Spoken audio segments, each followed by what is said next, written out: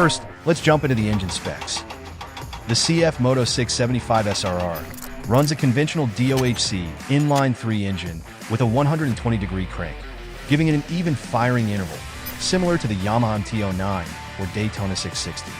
It's a bit different from the Triumph Tiger 900's T-Plane 90-degree crank, which has an uneven firing interval. The 675 packs a 674cc engine, which is 102cc smaller than the GSX's 776cc parallel twin. Suzuki equipped the GSX with a 270-degree crank that has an uneven firing interval, much like what Yamaha calls a crossplane on their 7. As for the compression ratio, the GSX has a 12.8:1 ratio, while the CFMoto's is still unknown. As for the transmission, it features a 6-speed wet clutch with assist and slipper, transferring power to the rear wheel. With more cylinders, the CFMoto cranks out 95 horsepower, giving it 13 more than the Suzuki. But when it comes to torque, the GSX-8R's larger capacity parallel twin naturally pulls ahead with 8 Nm more, and it also reaches peak power at a much lower RPM. At 54 kilograms for the engine and transmission combined, the CFMoto is one of the lightest in its class, with a total curb weight of 195 kilograms. That's 10 kilograms less than the Suzuki.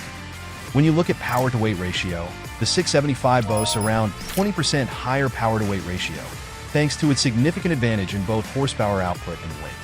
So, while the GSX's parallel twin isn't a high-horsepower beast like the 675, it's still exactly what you want in a street-focused sport bike. The abundance of torque right from idle makes it perfect for cruising around town and dealing with stop-and-go traffic. But when it comes to open roads or the track, the 675's higher revving engine, superior top end, and lighter weight make it a lot more fun to ride.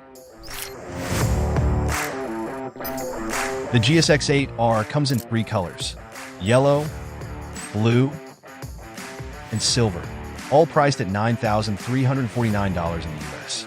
The 675 SRR or 675 SS in the US, which seems to have similar specs, comes in 2 colors: black-silver with black wheels and white-black with teal-color wheels. It's priced at just $7,999, undercutting the Suzuki by around $1,300. When it comes to rider aids, the pricier GSX-8R packs more features. Along with standard ABS, it comes with a ride-by-wire throttle, giving you 3 power modes and a more advanced 4-level traction control, while the 675 only gets basic traction control. Both bikes have a quick shifter, but the 8R also includes an auto blipper for clutchless downshifts, while the 675's quick shifter only works for upshifts since it lacks ride-by-wire. On the cockpit, both bikes have a full-color TFT display. The 675 comes with Bluetooth for smartphone connectivity as standard, while the Suzuki doesn't. Notably, the 8R has a low RPM assist system that increases engine speed to smooth power delivery when launching from a standing start or riding at low speeds. This helps with control in stop and go traffic and lowers the chance of stalling during takeoff.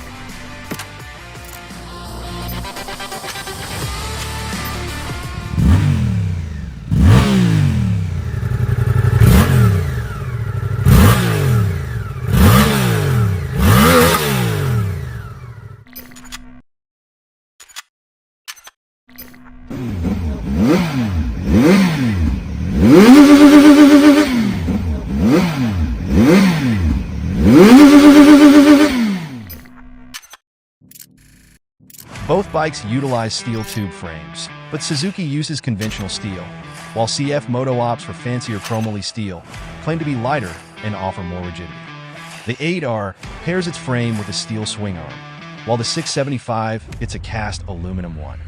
Besides its higher top-end power, the 675's more race-oriented nature also shows in its suspension.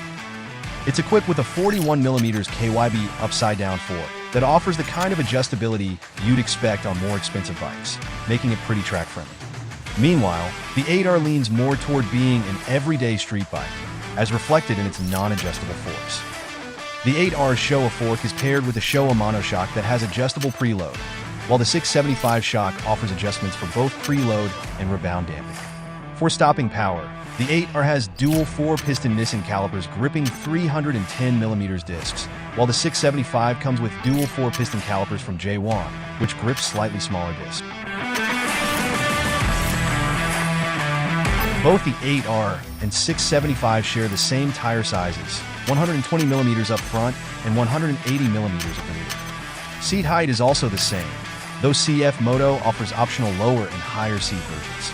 When it comes to rake, the 675's 23.7-degree angle should provide sharper steering and quicker turning, while the 8R's rake is more focused on stability at high speeds in a straight line.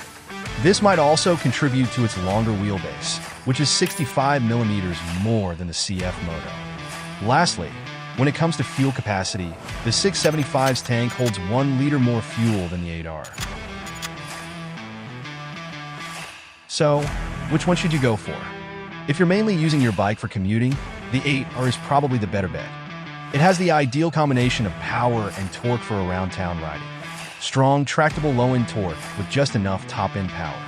Yes, it might be significantly less than the CFMoto, but it's still plenty for what most of us need in urban riding. Plus, it comes with more rider assist and features like ride-by-wire, riding modes, and an auto blipper. The riding position is also more relaxed, and since it's a Suzuki, you'll likely get better after-sales support, parts availability, and probably more reliability too.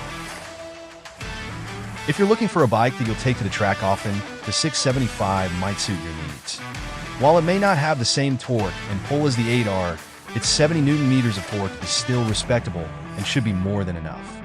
Plus, it delivers plenty of power at the top end, significantly more than the Suzuki, which makes it a better choice for track riding. And let's not forget about the suspension. The 675 features a fully adjustable fork and a shock with preload and rebound adjustment. Plus, it's lighter, has a steeper rake, and a shorter wheelbase, all of which should make it more nimble and easier to handle on the track.